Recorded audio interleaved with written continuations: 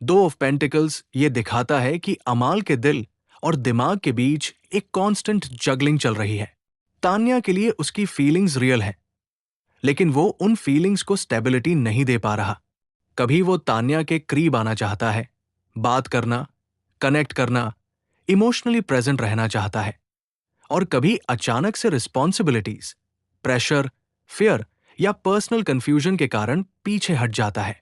ये card clear करता है कि अमाल के लिए तान्या कोई कैजुअल इमोशन नहीं है, बल्कि एक ऐसी एनर्जी है जिसे वो इग्नोर भी नहीं कर पाता और एक्सेप्ट भी पूरी तरह नहीं कर पाता।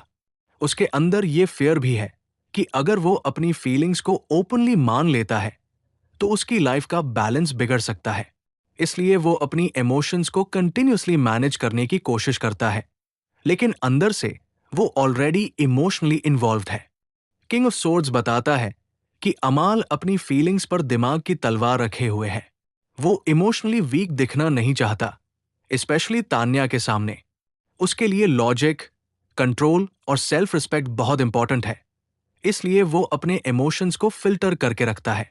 तान्या के लिए जो भी महसूस करता है उसे सीधा एक्सप्रेस करने के बजाय वो एनालाइज करता है। क्या सही है? क्या गलत है? क्या फ्यूचर पॉसिबल है? क्या मैं कंट्रोल लूज कर रहा हूं?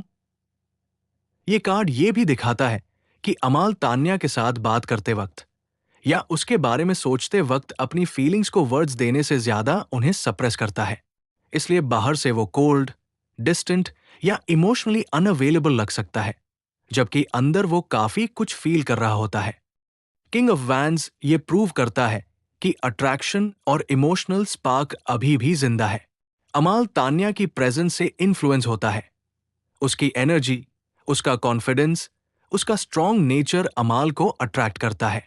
वो तान्या को सिर्फ इमोशनल एंगल से नहीं, बल्कि पैशन और डिजायर के लेवल पर भी महसूस करता है। लेकिन किंग ऑफ वैंड्स का ईगो स्ट्रॉन्ग होता है और अमाल चाहता है कि चीजें उसके कंट्रोल में रहें।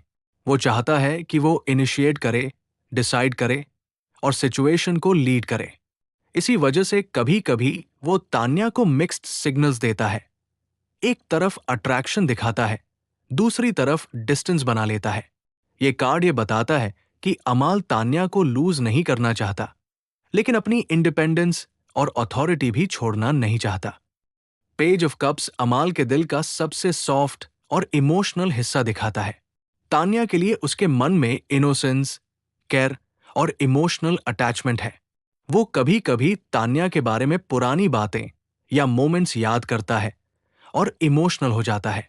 इस कार्ड से ये भी समझ आता है कि अमाल के मन में तान्या के लिए मैसेज करने, अपॉलॉजी देने या इमोशनल बात करने का अर्ज आता है, लेकिन वो हर बार अपने आप को रोक लेता है। पेज ऑफ कप्स ये दिखाता है कि अमाल इमोशनली इमैच्योर नहीं है, बल्कि इमोशनली वल्नरेबल है, और वल्नरेबिलिटी उसे डराती है। वो नहीं चाहता कि तान्या उसके इमोशंस पर पावर होल्ड करे, इसलिए वो अपने सॉफ्ट साइड को छुपा के रखता है। 6 ऑफ कप्स क्लियर करता है कि तान्या अमाल के लिए सिर्फ प्रेजेंट नहीं, बल्कि पास्ट का एक इमोशनल कनेक्शन भी है। वो तान्या के साथ बिताए हुए मोमेंट्स, मेमोरीज और बॉन्डिंग को भूल नहीं पाता। तान्या उसके लिए एक सेफ इमोशनल स्पेस थी, जहां वो बिना प्रेशर के खुद हो सकता था। इस कार्ड से ये भी पता चलता है कि अमाल के दिल में रेकन्सिलिएशन या रिकनेक्ट का थॉट जरूर आता है। वो चाहता है कि चीजें फिर से सिंपल और प्योर हो जाए, जैसे पहले थी।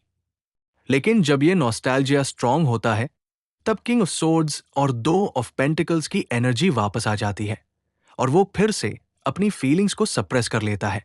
ओवरऑल, अमाल तान्या के लिए इमोशनली अटैच्ड है, फीलिंग्स छुपी हुई है और डिसीजन लेने में अभी भी स्ट्रगल कर रहा है।